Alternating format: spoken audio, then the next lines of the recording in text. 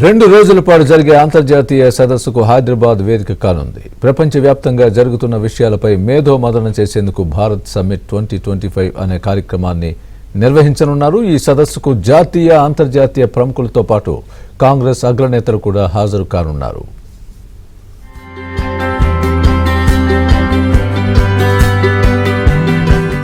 తెలంగాణ ప్రభుత్వం సమృద్ధ భారత్ అనే ఎన్జీఓ సంస్థ సంయుక్తంగా భారత్ సమ్మిట్ 2025ని నిర్వహించనున్నాయి. ఈ నెల 25, 26 తేదీల్లో హైదరాబాద్ ఇంటర్నేషనల్ కన్వెన్షన్ సెంటర్ లో ఈ సదస్సు జరగనుంది. దీనికి 100కు పైగా దేశాల నుంచి 450 మందికి పైగా ప్రతినిధులు హాజరు కానున్నారు. అలాగే 40 మంది వరకు మంత్రులు, మరో 50 మంది వరకు ఎంపీలు, సెనేటర్లు రానున్నారు. రాజకీయ పార్టీలకు చెందిన జాతీయ, అంతర్జాతీయ ప్రముఖులు, నిపుణులు కూడా సదస్సులో పాల్గొననున్నారు. దీంతో ఈ సదస్సును తెలంగాణ ప్రభుత్వం అత్యంత ప్రతిష్టాత్మకంగా తీసుకుంది.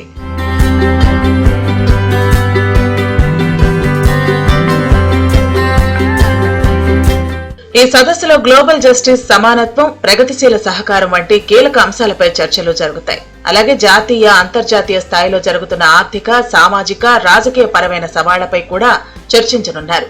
శాంతి, న్యాయం, ఉద్యోగం, ఉపాధి తదితర రంగాల్లో ఉన్న అంతర్జాతీయ సమస్యలను పరిష్కరించడానికి ఈ సదస్సు ఒక వేదికగా పనిచేస్తుంది అని తెలంగాణ ఉప ముఖ్యమంత్రి భట్టి విక్రమార్క తెలిపారు.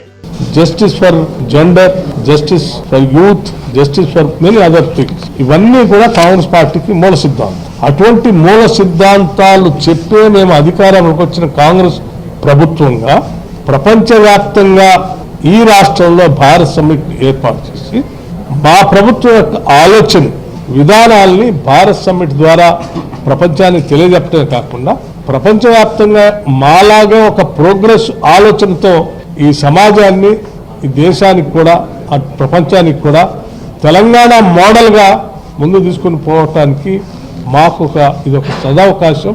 దీన్ని ఎగ్జిబిట్ చేయడానికి మాకున్నటువంటి మంచి కార్యక్రమంగా ఈ రాష్ట్ర ప్రభుత్వం భావించింది కాబట్టి దీన్ని ఏర్పాటు చేస్తాం. ప్రపంచంలో ఉన్న ఆర్థిక అసమానతలు, వాతావరణ మార్పులు, మానవ హక్కులు వంటి ప్రపంచ సవాళ్లపై అంతర్జాతీయ నేతలతో చర్చించి సమిష్టి పరిష్కారాలను కనుగొనాలని భావిస్తున్నారు.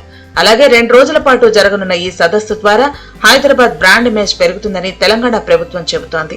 ఈ భారత్ సమ్మిట్ వల్ల హైదరాబాద్ కి, తెలంగాణకి ఒక పాజిటివ్ ఇమేజ్ వస్తుందని చెప్పి మేము భావిస్తున్నాం. ఒక ప్రత్యేక సెషన్ లో తెలంగాణ ఇప్పుడున్న ప్రభుత్వం ఏమేమి చర్యలు తీసుకుంటున్నాం, ఏ విధంగా ముందుకు పోతున్నాం, ఏ విధంగా జస్టిస్ కోసం అనేక అంశాల్లో ఈ ప్రభుత్వం చర్యలు తీసుకునే విషయం కూడా మేము హైలైట్ చేయబోతున్నాం. అదే విధంగా 100 దేశాల నుంచి 450 మంది డెలిగేట్స్ రావడం, ఇది హైదరాబాద్ నగరానికి it's great occasion, it's historic occasion. ప్రపంచ వ్యాప్తంగా progressive left liberal parties gather అయి అనేక అంశాల మీద చర్చించి ఒక రెజల్యూషన్ పాస్ చేయడం ఒక ఎత్తైతే, హైదరాబాద్ నగరాన్ని, తెలంగాణ రాష్ట్రాన్ని ప్రమోట్ చేయడానికి కూడా ఇది ఒక మంచి అవకాశం అని చెప్పి మేము భావిస్తున్నాం. 2 రోజుల పాటు జరగనున్న ఈ సమావేశాలకు హెచ్ఐసిసిలో పలు ప్రత్యేక హాల్స్ ఏర్పాటు చేశారు.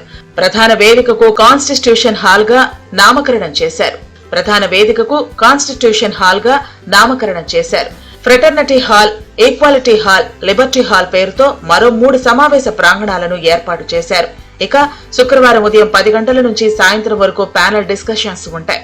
25న హైదరాబాద్ డిక్లరేషన్ ను ఆవిష్కరించనున్నారు. లోక్సభలో ప్రతిపక్ష నేత రాహుల్ గాంధీ, ఏఐసిసి అధ్యక్షుడు మల్లికార్జున ఖర్గే కీలకోపన్యాసం చేయనున్నారు. ప్రియాంక గాంధీ, కాంగ్రెస్ ప్రధాన కార్యదర్శి కేసీ వేణుగోపాల్ కూడా ప్రసంగిస్తారు. మరోవైపు Telangana CM Revanth Reddy, deputy CM Bhatti Vikramarka, మంత్రి శ్రీధర్ బాబు ఈ సమ్మిట్ లో పలు అంశాలపై కీనోట్స్ చెప్పనున్నారు.